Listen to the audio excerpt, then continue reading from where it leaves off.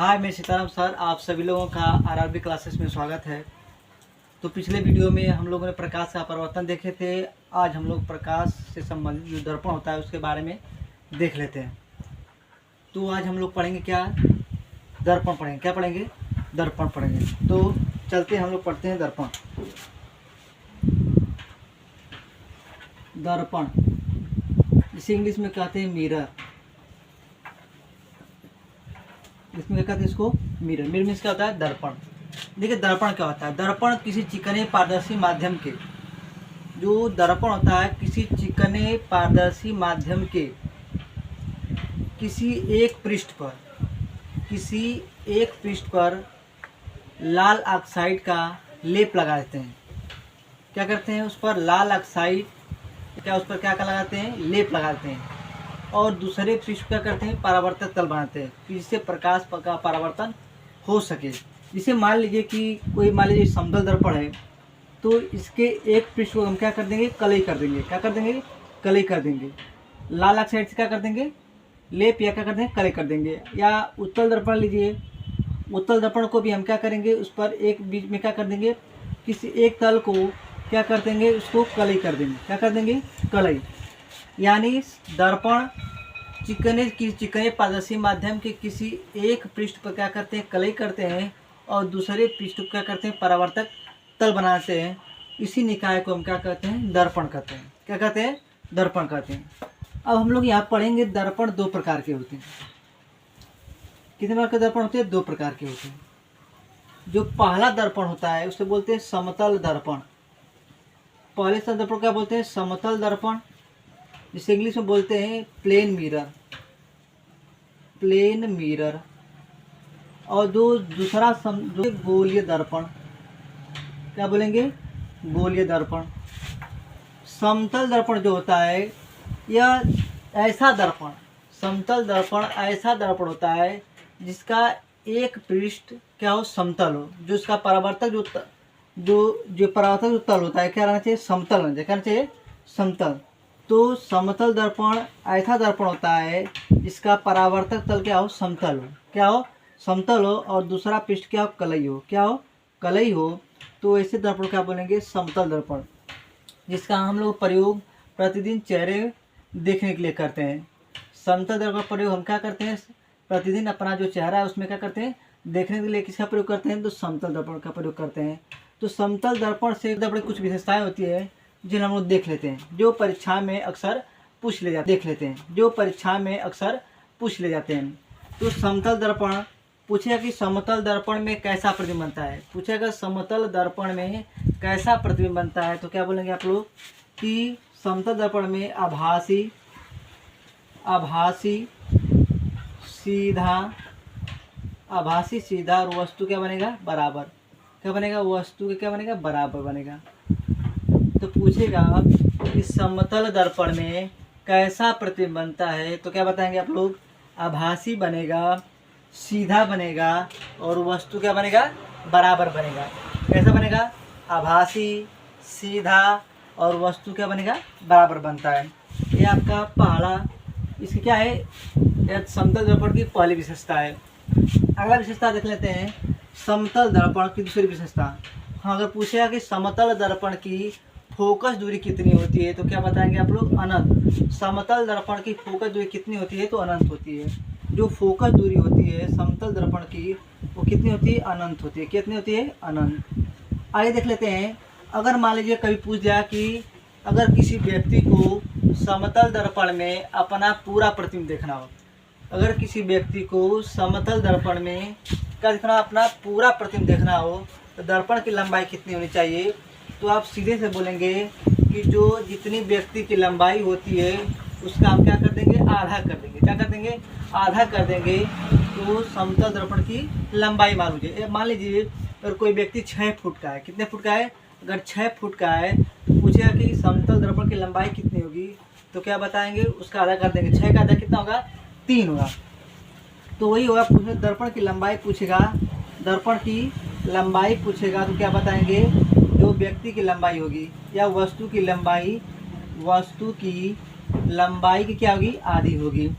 समतल दर्पण की जो लंबाई होती है वो वस्तु की लंबाई क्या होती है, आधी होती है। अगला विशेषता देख लेते हैं समतल दर्पण की।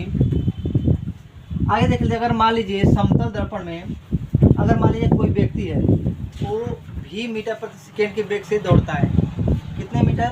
v मीटर प्रति सेकेंड के वेग से क्या करता है, दौड़ता है। तो उसे जो समतल दर्पण में जो प्रतिबिंब बना हुआ दिखाई देगा, जो उसको स्पीड दिखाई देगी 2v से दिखाई देगी। कितने वेग से दिखाई देगी?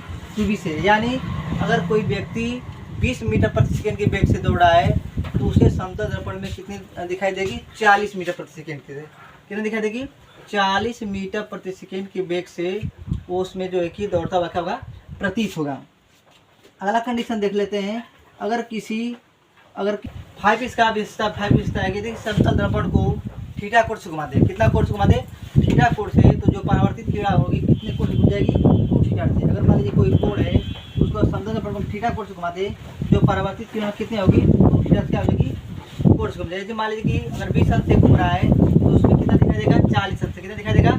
40 अंश घूमता हुआ दिखाई देगा। अगला विशेषता देख लेते हैं कि यदि पूछेगा कि अगर दो समतल दर्पणों को अगर थीटा कोण पर रखा जाए, कैसा रखा जाए? थीटा कोण पर रखा जाए तो प्रतिबिंबों की संख्या पूछ लेता है कभी कभी। तो थीटा के दो समतल दर्पण को कितने? दो समतल दर्पणों को हम किसे? थीटा कोण पर रख दे। क्या कर दे? थीटा कोण पर रख दे। तो जो प्रतिबिंबों की संख्या होती है, प्रतिबिंबों की जो संख्या होती है वो होती है 360 बटा में कितना? थीटा। कितना होता है? 360 बटा कितना आ रहा है? थीटा। यानी मान लीजिए कि दो समतल दर्पणों को 90 अंश पर रख दी जाए। कितना अंश पर रख दिया है? 90 अंश पर रख दिया है। तो पूछेगा कि उसमें प्रतिबिंबों की संख्या कितनी बनेगी? तो 0 से 0 क्या कर देंगे? उसको काट दें। 9 चौक कितना हो जाएगा? 36। कितना जाएगा? 9 चौक को 36। कितना बचेगा? 4। यदि हम लोग भाग देने पर क्या करेंगे? हाँ याद रखिएगा, यहाँ पर क्या करेंगे? भाग देंगे। यदि भाग देने पर यह क्या आ जाए? सम आ जाए। कैसा आ जाए? अगर सम आ जाएगा, भाग देने पर क्या आ जाए? सम आ जाए, तो उसमें से हम लोग एक माइनस कर देंगे। कितना कर देंगे? 1। तो कितना हो जाएगा? 3। तो समतल दर्पण में जो प्रतिबिंबों की जो संख्या बनेगी 90 अंश पर रखेंगे तो कितना बनेगी? 3। अगर भाग देने पर विषम रहे, भाग देने पर क्या रहे? विषम रहे, तो उसमें से एक नहीं घटाते हैं। अगर भाग देने पर अगर सम आ जाए तो उसमें से क्या करते हैं? घटा देते हैं। क्या करते हैं? उसमें से एक घटा देते हैं। तो हम लोग इसको बारे में बाद में लिख लेंगे, पहले आप लोग समझ लीजिए। एक बार फिर चलते हैं। समतल दर्पण की विशेषताएं पूछेगा तो क्या बताएंगे? जो समतल दर्पण में जो प्रतिबिंब बनता है आभासी, सीधा और वस्तु क्या बनेगा? बराबर बनेगा। जो उसकी फोकस दूरी कितनी होती है? अनंत होती है। समतल दर्पण का हम प्रयोग प्रतिदिन जो है कि चेहरा देखने के लिए प्रयोग करते हैं। अगर समतल दर्पण का पूछे कि लंबाई कितनी होगी, तो वस्तु की लंबाई, अगर किसी व्यक्ति का प्रतिबिंब अगर अपना पूरा प्रतिबिंब देखना चाहता है तो उसकी लंबाई, व्यक्ति की लंबाई कितनी चाहिए? आधी होनी चाहिए। दूसरा है कि कोई व्यक्ति समतल दर्पण के 20 मीटर प्रति वेग से दौड़ता है तो उसको कितना प्रतीत होगा? 2v। अगर समतल दर्पण को थीटा कोण से घुमा दे तो परावर्तित किरण कितने कोण से घूम जाएगी? तो 2 थीटा कोण से घूम जाएगी। ठीक है। दो समतल दर्पणों को और हम थीटा कोण पर रख दे। क्या कर दे? दो समतल दर्पणों को थीटा कोण पर रख दे तो प्रतिबिंबों की संख्या कितनी होगी? 360 बटा में कितना? थीटा।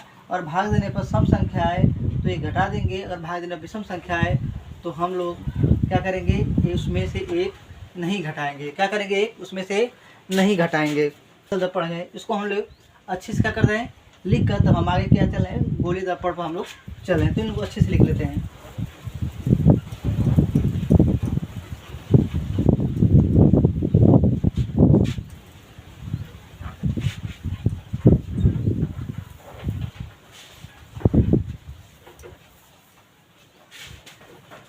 चलिए, तो समतल पूछेगा कि दर्पण किसे कहते हैं? किसी चिकने पारदर्शी माध्यम लिख लेते हैं। किसी, इसको लिख लेते हैं हम लोग। किसी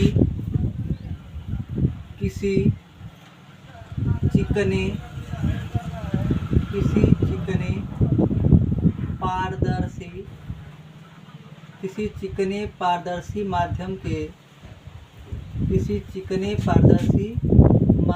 के साफ दिख रहा है ना कि चिकने पारदर्शी माध्यम के एक पृष्ठ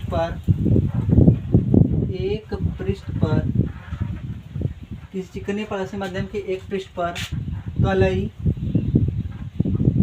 या लाल ऑक्साइड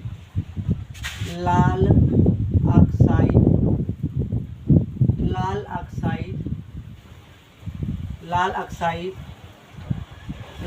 का लेप कर दिया जाता है तथा दूसरे पृष्ठ को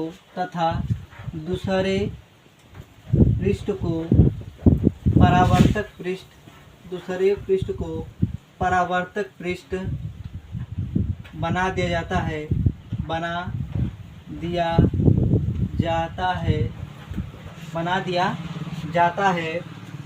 इस निकाय को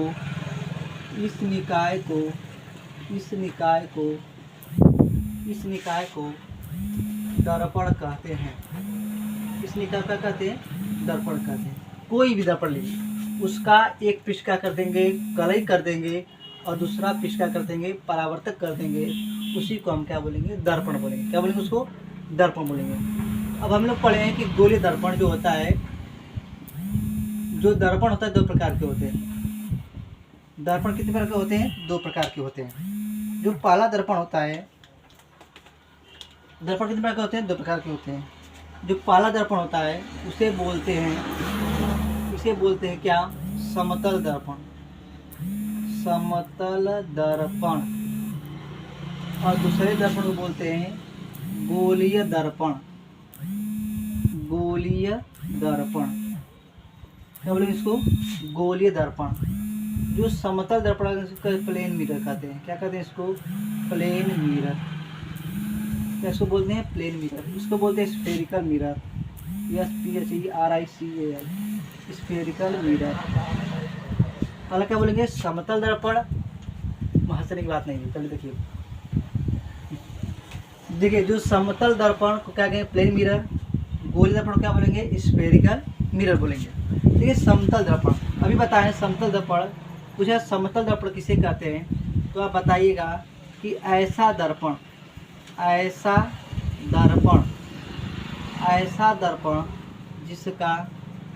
जिसका परावर्तक पृष्ठ समतल हो। परावर्तक पृष्ठ क्या हो, समतल हो। ऐसा दर्पण जिसका परावर्तक पृष्ठ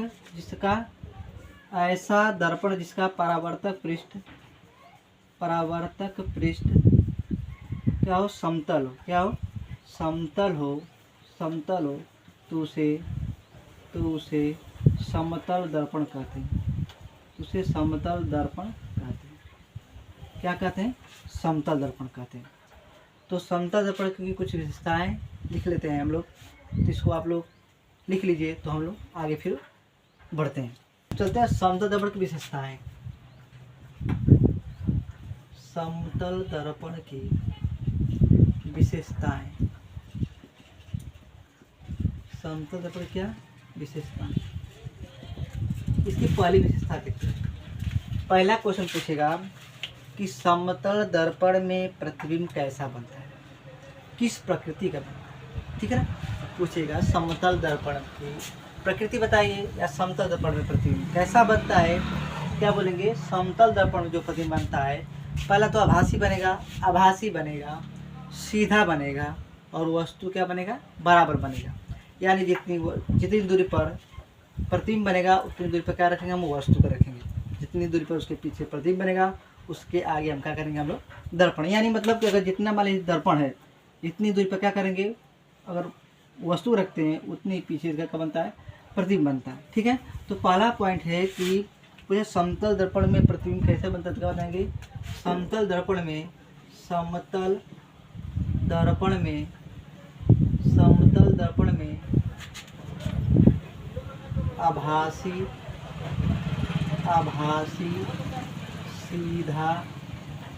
आभासी, सीधा और वस्तु के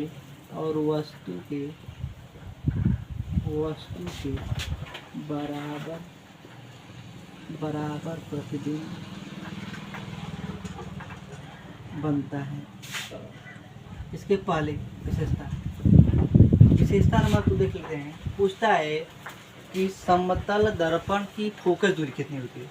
क्या बताएंगे, जो समतल दर्पण की जो फोकस दूरी होती है वो अनंत होती है। बताए भी कि समतल दर्पण की जो फोकस दूरी होती है, लिख लेते हैं समतल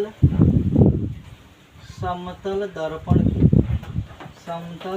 की फोकस दूरी क्या होती है? अनंत होती है।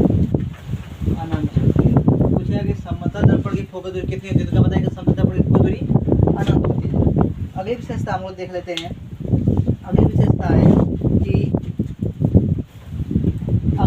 है कि यदि किसी व्यक्ति को दर्पण में अपना पूरा प्रतिबिंब देखना हो, दर्पण की लंबाई कितनी होनी चाहिए? तो व्यक्ति की लंबाई कितनी चाहिए? आधी होनी चाहिए। यदि किसी व्यक्ति को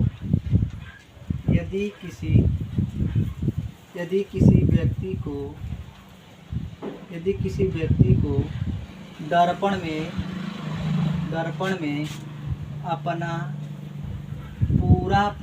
अपना पूरा प्रतिबिंब देखना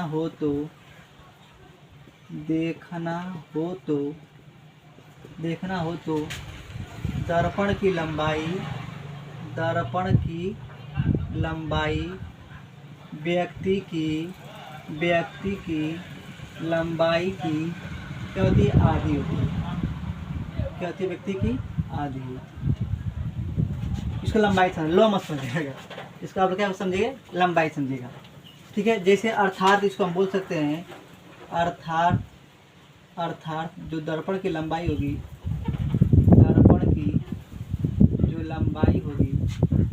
वह व्यक्ति की लंबाई क्या होगी? आधी होगी। कोई भी वस्तु भी हो ना, कि अब हम व्यक्ति करते व्यक्ति नहीं, वस्तु की लंबाई की आधी हो। कोई किसी भी चीज़ को अगर समतल दर्पण में अपन देखना चाहते हैं तो उसकी लंबाई क्या होनी चाहिए? आधी होनी चाहिए। ठीक है ना। अगला कंडीशन देख लेते हैं। यदि कोई व्यक्ति भी मीटर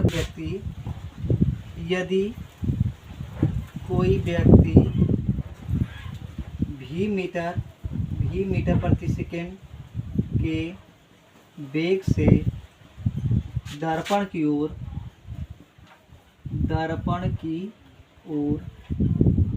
क्या करता है? दौड़ता है। कितना? भी मीटर प्रति सेकेंड के वेग से क्या करता है? दौड़ता है। तो उसे अपना प्रतिबिंब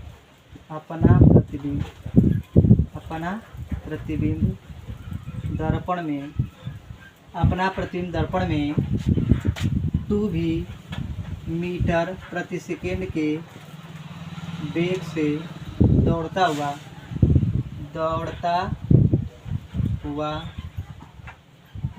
प्रतीत होगा।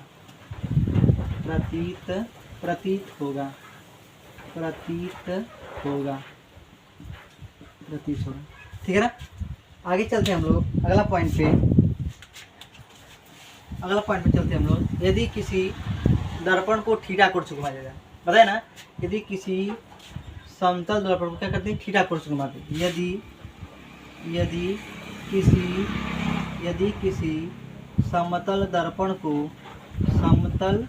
यदि किसी समतल दर्पण को थीटा कोण से घुमा दे, क्या कर दे? थीटा कोण से घुमा दे तो परावर्तित किरण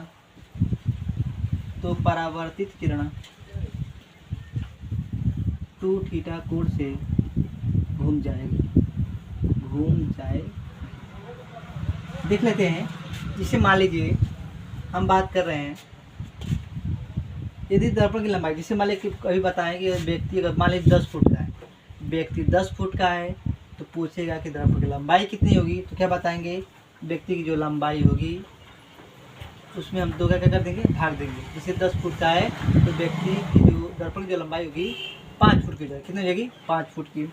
हम इस अगला क्वेश्चन देख लेते हैं। यदि कोई व्यक्ति भी मीटर, जिससे मान लीजिए कोई व्यक्ति जो समतल दर्पण की कितना है? 40 मीटर प्रति सेकेंड के वेग से क्या कर रहा है? दौड़ रहा है। 40 मीटर प्रति सेकेंड के वेग से क्या कर रहा है? दौड़ रहा है। तो जब वो समतल दर्पण में देखेगा अपना प्रतिबिंब दौड़ता हुआ, तो कितना? 40 का दूरा कितना होगा? 80। कितना होगा? तो 80 मीटर प्रति सेकेंड के वेग से दौड़ता हुआ क्या होगा? प्रतीत होगा। अगली बात करते हैं कि मान लीजिए कि कोई समतल दर्पण उसको हम 20 अंश से घुमा दे या 60 अंश घुमा दे, क्या कर दें? 60 अंश क्या कर दे? घुमा दे। तो जो समतल दर्पण में जो परावर्तित जो किरण घूमेगी वो 60 से घुमाएं तो कितना हो जाएगा 120 अंश हो जाएगा। कितना हो जाएगा 120। 40 से घुमाएंगे तो 80 हो जाएगा। 90 से घुमाएंगे तो 180 हो जाएगा। तो उसका बस उसको दुगुना कर देंगे। क्या करते हैं उसका दुगुना कर देंगे। अगला देख लेते हैं, इसको लिख लीजिए आप लोग। तो हम लोग आगे बढ़ते हैं, इसको लिख लीजिए।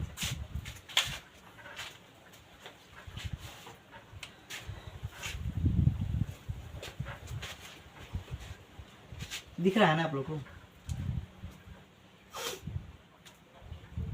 हम सबसे आप लोग की अगली विशेषता रखते हैं 6 या 7 नंबर। 6, चलिए 6 नंबर देखते हैं। आप लोग देख लीजिएगा उसका क्रम।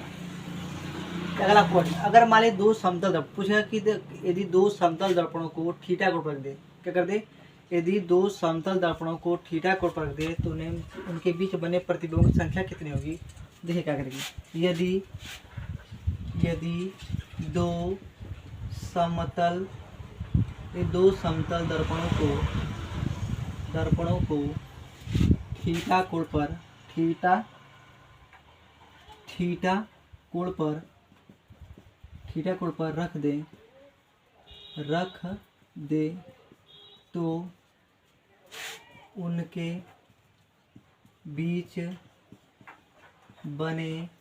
समतल दर्पणों को थीटा कोण पर रख दे तो उनके बीच बने प्रतिबिंबों की संख्या। तो सूत्र याद रखिए कि होता क्या है, संख्या पूछेगा 360 बराबर कितना होगा थीटा। 360 बराबर कितना होगा थीटा। अच्छा मान लीजिए एग्जाम्पल हम ले रहे हैं कि हमका दिया कि दो समतल दर्पणों को, क्या कहेगा कि दो समतल दर्पणों को 90 अंश कोण पर रख देंगे। कितना कि 90 अंश कोण पर। थीटा का मान कितना हो गया 90। कितना हो गया थीटा कोण पर करेंगे। दो समतल दर्पणों को 90 अंश से कोण पर रख दें तो पूछे उनके बीच बने प्रतिबिंबों की संख्या ज्ञात कीजिए। इसमें 90 से क्या कर देंगे भाग देंगे। 0 से 0 खत्म हो गया। 9 चौका हो गया 36। कितना हो गया 4। अगर देखिएगा सम आ जा रहा है, अगर भाग देने पर अगर सम आएगा तो उसमें से एक घटा देंगे। क्या कर देंगे कितना हो जाएगा 3 हो जाएगा। कितना हो जाएगा 3। अगर यही भाग देने पर हमारा विषम आता, भाग देने पर क्या आता, मान लीजिए यहाँ पर 3 आ गया तो उस जो प्रतिबिंबों की संख्या होती 3 ही होती। लेकिन अगर कटाने पर अगर सम आ जाए, क्या कटाने पर अगर सम आ जाए तो उसमें से एक क्या कर देंगे माइनस कर देंगे। तब हमारा जो लास्ट में आंसर होगा वही होगा, और जो लास्ट में प्राप्त होगा वही हमारा क्या होगा आंसर होगा। लेकिन अगर ये विषम आ जाए, क्या आ जाए, अगर प्रतिबिंब कटाने पर अगर विषम आ जाए, जो प्रतिबिंबों की संख्या रहेगी हमारा वही रहेगा, वही हमारा क्या रहेगा आंसर रहेगा। ठीक है, तो इसको लिख लीजिए आप लोग। तो उसके बाद हम आगे चलते हैं गोलीय दर्पण पर।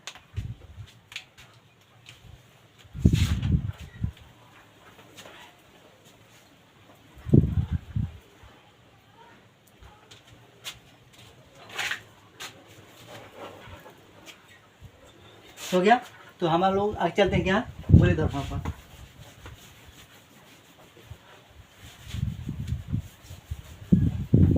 हम लोग आगे बात कर लेते हैं और चलते हैं गोलीय दर्पण पर। गोलीय दर्पण, गोलीय दर्पण इसमें लिखे थे spherical mirror, SPHERICAL spherical mirror. गोलीय दर्पण किसी खोखले गोले का काटा गया क्या होता है भाग होता है। गोलीय दर्पण किसी खोखले गोले का काटा गया क्या होता है, गोलीय दर्पण किसी खोखले गोले का काटा गया क्या होता है भाग होता है। जिसकी एक पृष्ठ पर क्या करते हैं कलई करते हैं, एक पृष्ठ पर क्या करते हैं कलई कर देते हैं, वो हमारा क्या कहलाता है गोलीय दर्पण कहलाता है। तो पहले समझ लीजिए, उसके बाद हम लोग बाद में क्या करेंगे उसको लिख लेंगे। तो गोलीय दर्पण, गोलीय दर्पण इसको इंग्लिश में बोलते हैं spherical mirror, SPHERICAL spherical mirror. देखिए गोलीय दर्पण क्या होता है, गोलीय दर्पण किसी खोखले गोले का काटा गया क्या होता है भाग होता है। जिसके एक पृष्ठ पर क्या करते हैं कलई कर देते हैं। जैसे मान लीजिए वही है एक गोलीय दर्पण है, इसके एक पृष्ठ पर क्या कर देंगे कलई कर देंगे तो ये हमारा क्या कहलाता है गोलीय दर्पण होता है। क्या बताएंगे, ज़्यादा कठिन है नहीं, क्या बोलेंगे गोलीय दर्पण किसी खोखले गोले का काटा गया क्या होता है भाग होता है। जिसके एक पृष्ठ पर क्या करते हैं पालिश या कलई कर देते हैं और दूसरा पृष्ठ क्या होता है परावर्तक तल होता है, वो हमारा क्या कहलाता है गोलीय दर्पण कहलाता है। ये गोलीय दर्पण दो प्रकार के होते हैं। कितने प्रकार के होते हैं दो प्रकार के। पहला होता है अवतल दर्पण, अवतल दर्पण। और जो दूसरा होता है उसको बोलते हैं उत्तल दर्पण। क्या बोलते हैं उसको? उत्तल दर्पण बोलते हैं। इसको बोलते हैं कॉनकेव मिरर। कॉनकेव मिरर, इसको बोलते हैं कॉन्वेक्स मिरर। Convex mirror. तो देखिए अवतल दर्पण क्या होता है? सिंपल सा, किसी खोखले गोले का जो काटा गया भाग होता है उसको काट दिए और काट कर किसी एक पृष्ठ पर क्या करते हैं, आप कलई करेंगे। देखिए ऐसा दर्पण सिंपल सा। अच्छा मान लीजिए गोला है ना, इसको काट देंगे, देखिए इसको मिटा देंगे तो देखिए अलग अलग हो जाएगा कि नहीं? ये अलग है, ये अलग है। अब इसको हम कलई करेंगे। अब किस तरफ कलई करेंगे, कैसा दर्पण बनेगा उसको हम देख लेते हैं। जैसे मान लीजिए इसके उठे हुए भाग पर हम कलई कर दें। उठे हुए भाग पर क्या कर दें? ऐसा दर्पण जिसके उठे हुए भाग पर क्या कर दें, कलई कर दें। ऐसा दर्पण जिसके उठे हुए भाग पर क्या कर दें, कलई कर दें या पॉलिश कर दें, और अंदर भाग से क्या हो, परावर्तक तल हो, और जो दबा हुआ भाग हो वो क्या हो, परावर्तक तल हो, तो उसे हम क्या बोलेंगे, अवतल दर्पण बोलेंगे। क्या बताएं? ऐसा दर्पण जिसके उठे हुए भाग पर कलई कर दे या पॉलिश कर दे और दबे हुए भाग से क्या हो, परावर्तक हो या परावर्तक तल हो या परावर्तन हो, उसे हम क्या कहते हैं, अवतल दर्पण कहते हैं। बात करते हैं उत्तल दर्पण की, तो इसके दबे हुए भाग क्या करते हैं, कलई करते हैं। दबे हुए या अंदर भाग में क्या करते हैं, कलई करते हैं, और बाहर भाग से क्या होता है, परावर्तन होता है, तो उससे हम क्या बोलते हैं, उत्तल दर्पण कहते हैं। उसे क्या कहते हैं, उत्तल दर्पण कहते हैं। समझ में आ गया? तो हम आगे देख लेते हैं अवतल दर्पण की। अब देखिए इसको देखिए, अवतल दर्पण जो प्रतिबिंब बनते हैं इसमें 6 प्रतिबिंब बनते हैं। अवतल दर्पण से कितने प्रतिबिंब बनते हैं, 6। उत्तल दर्पण से कभी कभी 1 देता है, कभी कभी क्या करता है, 2।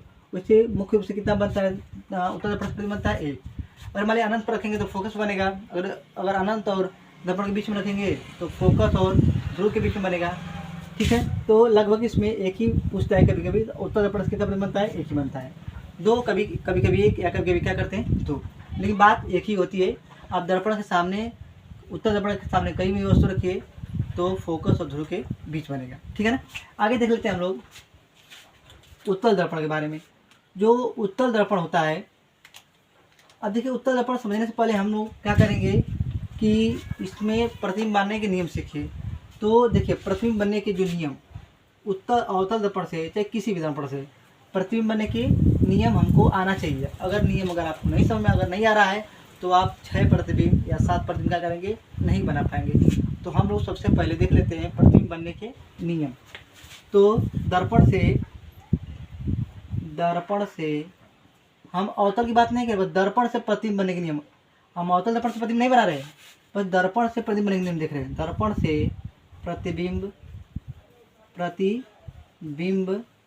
बनने के नियम।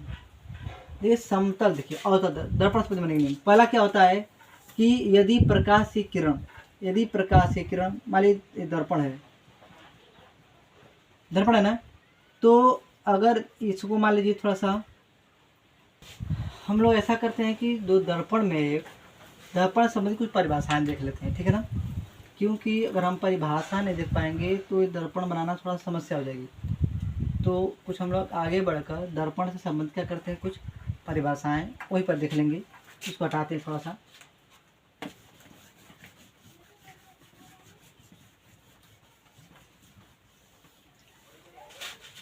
देखिए दर्पण संबंधित परिभाषाएं पर देख लीजिए, फिर उसको हम लोग समझ लेते हैं।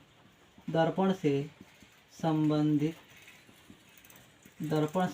परिभाषाएं इसको देख लेंगे। मत सोचिए सर सर वहाँ पर पहुँच गए, कोई दिक्कत नहीं है, हम लोग इसको देख लेंगे तो फिर वहाँ पर हम लोग पहुँच जाएंगे। ठीक है ना? चलिए देखिए दर्पण संबंधित क्या होती है, परिभाषाएं। देखिए दर्पण संबंधित कुछ परिभाषाएं हम लोग देख लेते हैं, तो उसके बाद हम लोग आगे बढ़ते हैं। देखिए एक और दर्पण है अवतल।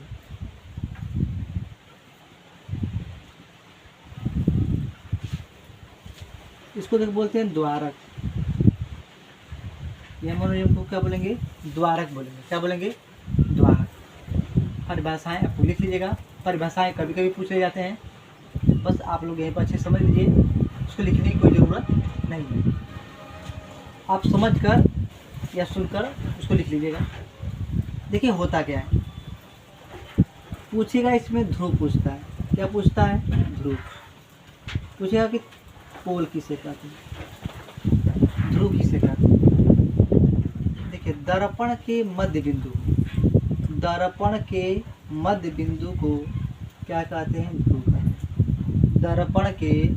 दर्पण के मध्य बिंदु क्या कहते हैं, ध्रुव कहते हैं। जिसे किससे दिखाते हैं, पोल, पीस दिखाते हैं, किस दिखाते हैं, पीस।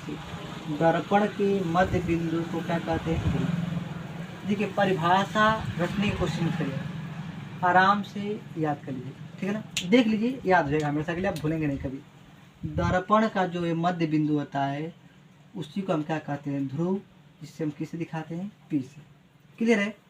आगे बात कर लेते हैं।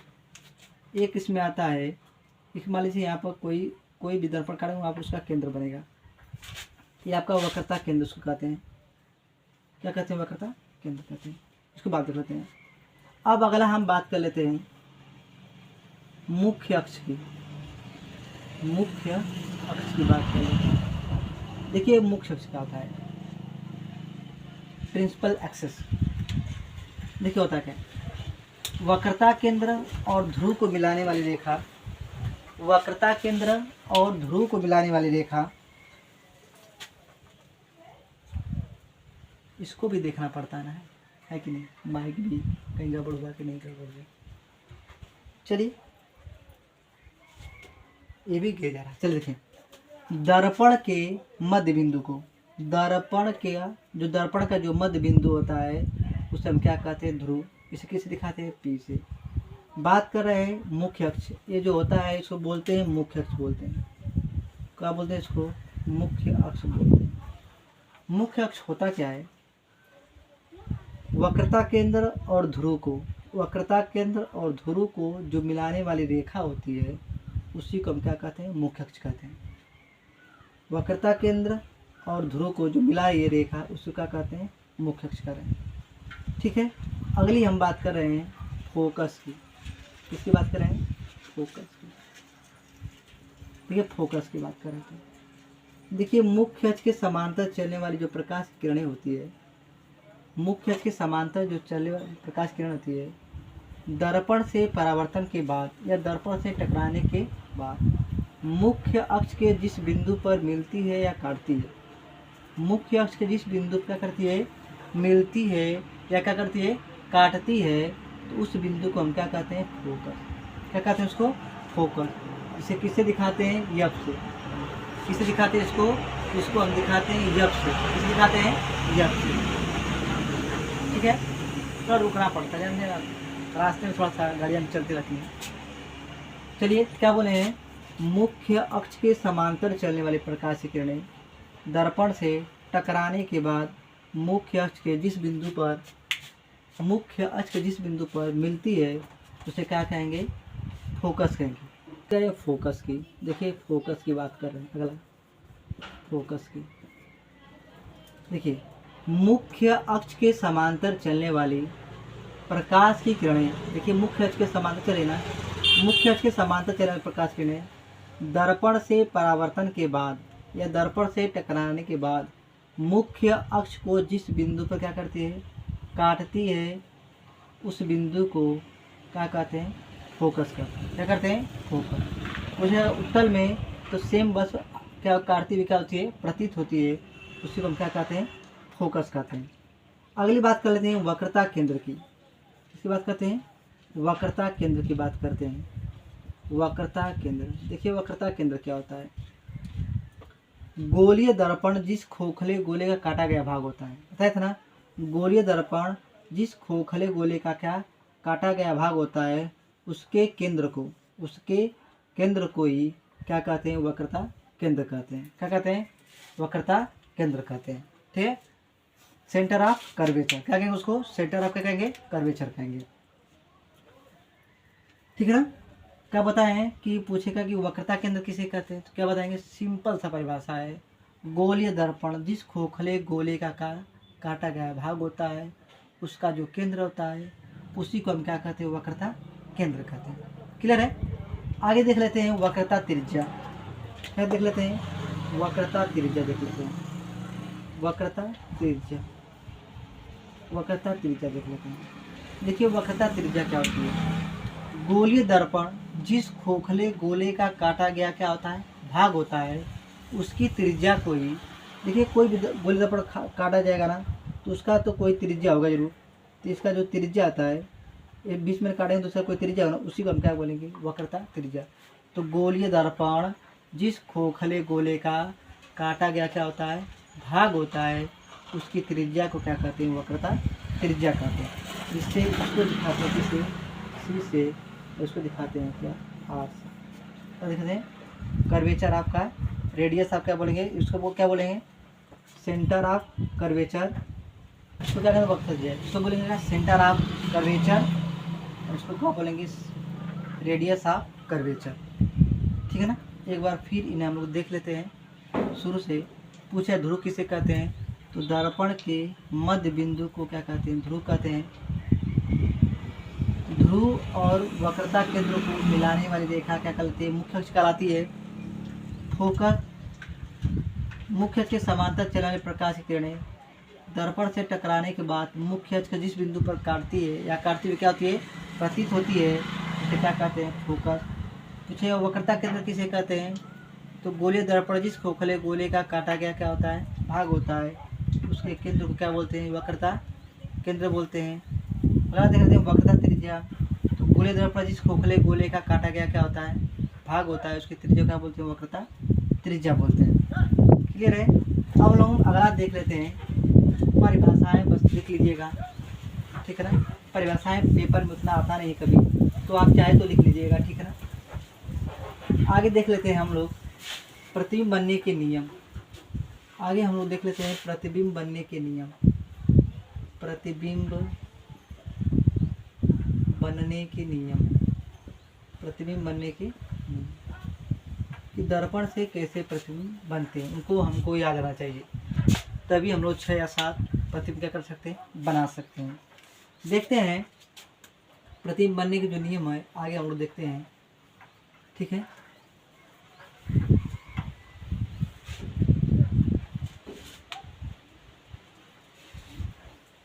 चलिए देखते हैं आगे हम लोग। पहला जो नियम होता है, देखिए पहला जो नियम होता है, पहला नियम ये होता है कि यदि प्रकाश से किरण, देखिए पता पहले सुन लीजिए। ये देखिए मान लीजिए ये कौन दर्पण है, अवतल दर्पण है। पहला नियम बोलता ये है कि यदि प्रकाश से किरण, ये मान लीजिए एफ है और ये क्या आपका सी है और ये क्या है पी है। अगर कोई भी प्रकाश की किरण मुख्य अक्ष के समांतर जा रही है, कोई भी प्रकाश की जो किरण है मुख्य अक्ष की अगर क्या कहती है, समांतर जाती है, तो दर्पण से टकराने के बाद कहाँ से हो जाएगी, फोकस हो जाएगी। ये हमारा फर्स्ट नियम है, प्रतिबिंब बनने का क्या है, फर्स्ट नियम है कि अगर यदि प्रकाश की किरण मुख्य अक्ष से क्या जा रही है, समांतर जा रही है, तो दर्पण से टकराने के बाद वो कहाँ से हो जाएगी, फोकस हो जाएगी। पहला कंडीशन। कंडीशन नंबर 2 देखिए, अगर ये अवतल दर्पण है, ये आपका P है, ये आपका F है और ये आपका क्या है, C है। अगर प्रकाश की किरण फोकस होकर जा रही है, कहाँ से जा रही है, अगर यही प्रकाश की किरण फोकस होकर जाएगी तो क्या होती है, मुख्य अक्ष क्या जाती है, समांतर जाती है। उत्तर में पूछेगा तो बस जाती है, प्रतीत होगी, बस उसमें क्या लगा देंगे, प्रतीत होगी। सेम काम उसका वही है, फोकस होकर जाती है, प्रतीत होगी। यहाँ का मुख्य क्या होती है, समांतर प्रतीत होगी, ठीक है। यार पहला सेम एकदम सिंपल सा बात है। अगर मुख्य अक्ष के समांतर जाएगी तो कहाँ से हो जाएगी, फोकस से। अगर प्रकाश की फोकस हो जाती है तो मुख्य अक्ष क्या हो जाएगी, समांतर हो जाएगी। कंडीशन नंबर आपका 3 आता है, कंडीशन आपका तीसरा है। कंडीशन नंबर 3 आपका यह है कि अगर प्रकाश की किरण, ये आपका F है, ये आपका P है और आपका क्या है, C है। अगर प्रकाश की किरण कहाँ से, अगर शीश होके जाएगी, कहाँ से होके जाएगी, अगर प्रकाश की किरण शीश होके जाएगी तो जैसे जाएगी उसी तरह उसका दर्पण जैसे टकराएगा, फिर उसके बाद उसका क्या हो जाएगा, परावर्तन, उसी मार्ग में क्या हो जाएगी, फिर वापस चली जाएगी। ये हमारा क्या है, कंडीशन नंबर 3। पहले क्या बताएं, अगर प्रकाश की किरण मुख्य अक्ष समांतर जाती है तो कहाँ से हो जाएगी, फोकस से। अगर फोकस होकर जाएगी तो मुख्य अक्ष क्या होती है, समांतर हो जाएगी। और वक्रता के अंदर शीर्ष होकर जाएगी तो जैसे जाएगी फिर उसी मार्ग से क्या होगी वो वापस लौट जाएगी। ये हमारा प्रतिबिंब बनने के क्या होते हैं, नियम होते हैं। ये कभी कभी ये भी पूछ लेता है कि कोई समतल कोई अवतल दर्पण कोई है, अगर वो मान पी है और आपका एफ है और आपका क्या है सी है, अगर वो प्रकाश किरण अगर पी से होकर जाएगी, कहाँ से होकर जाएगी, ध्रुव से होकर जाएगी, जितने कोण से क्या होगा उसका, जितने कोण से जाएगी उतने कोण से क्या होगा उसका परावर्तित होगा। बोला कि अगर 30 अंश पर झुक रही है तो परावर्तित कितने अंश पर होगी, 30 अंश पर।